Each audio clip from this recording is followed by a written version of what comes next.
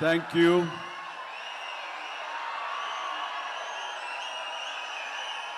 దూర ప్రాంతాల నుంచి, ఇక్కడ ఈ సిటీ నుంచి, చుట్టుపక్కల నుంచి, 2 రాష్ట్రాల్లోనే కాకుండా ఇతర రాష్ట్రాల నుంచి కూడా వచ్చేటువంటి ప్రతి ఒక్కరికి, మా మెగా ఫ్యాన్స్ అందరికీ హృదయపూర్వక నమస్కారం. అలాగే మీకు నూతన సంవత్సర శుభాకాంక్షలు, అలాగే ముందస్తుగా సంక్రాంతి శుభాకాంక్షలు.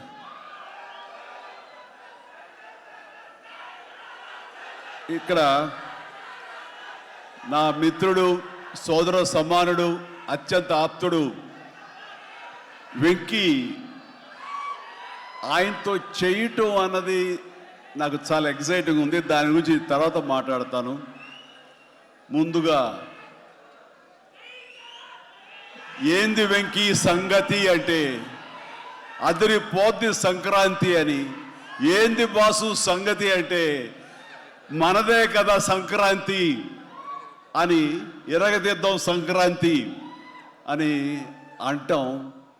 ఇక్కడ ఈ సందర్భంగా ప్రత్యేకించి మనదే కదా సంక్రాంతి, ఎరగదిద్దాం సంక్రాంతి అనేది కేవలం మన శంకర వరప్రసాద్ గారిదే కాదు. ఈ సంక్రాంతి మొత్తం మన తెలుగు పరిశ్రమది అవ్వాలని మనస్ఫూర్తిగా కోరుకుంటున్నాను.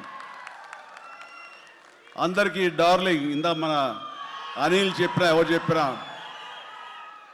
ప్రభాస్ రాజా సాబ్ కానీ, అన్నయ్య అంటూ ఆప్యాయంగా పిలిచే నా తమ్ముడు రవితేజ సినిమా కానీ, అలాగే మా ఇంట్లో సరదాగా తిరుగుతూ చిన్నప్పటి నుంచి పెరిగినటువంటి శర్వానంద్, నారి నడుమ మురారి కానీ, నాకు గురువుగా నన్ను భావిస్తూ నా శిష్యుడిగా ఉన్న నవీన్ పోలిశెట్టి, వీళ్ళందరి సినిమాలు కూడాను ఈ సంక్రాంతికి సూపర్ హిట్ అవ్వాలని, తద్వారా వాళ్ళకి విజయం లభించడమే కాదు, తెలుగు సినిమా పరిశ్రమకు, నిర్మాతలకు, బయ్యర్లకి వీళ్ళందరూ కూడా సుభిక్షంగా ఉన్నప్పుడే అదే నిజమైన సంక్రాంతి.